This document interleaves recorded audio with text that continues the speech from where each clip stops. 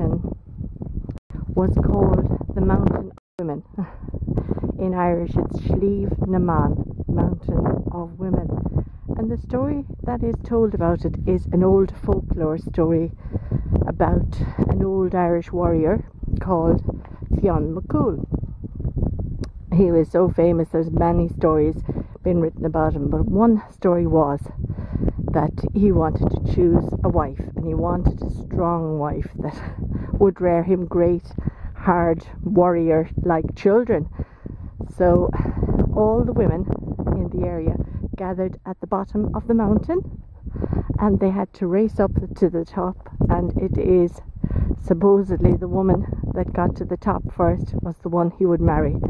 Now, I never heard whether he actually did marry.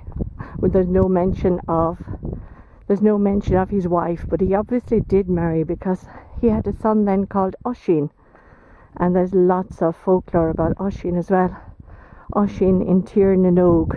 Tír na nÓg was the land of the young. It's a place, a mythical place as far as I know, where people would never grow old. And Oisín lived in Tír na nÓg with his wife, but he got very lonesome for Ireland, so he climbed on the back of a white steed, a big pony, and he travelled across the seas on this fabulous pony that could walk on water, and he returned to Ireland. Now, he had been warned that he was not to set foot on Irish soil or on any other soil, or immediately he would grow to be very, very old and possibly die, because he had been in Tír na nÓg for so many years that when he came back to Ireland, everything had changed. All of the people that he had known growing up, they were all dead and gone, and anybody that he met was very old and bent, and he was very, very disappointed.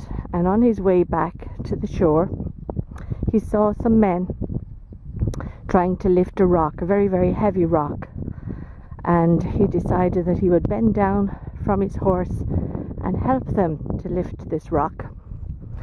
And of course, he fell off his horse, and the minute he touched the ground, he became a very, very old man. And shortly after, seemingly, Ireland had become Christian. A priest was in the locality in a church they were building, and he came over and he baptized him. And that is how poor Oisín died. But there's all these folklore stories in our history, and one of them is about Slievenamon, Oisín's father Fionn, wanting a wife. I wonder how many men would get many women to run up a mountain for them these days. I don't think many would. Talk soon.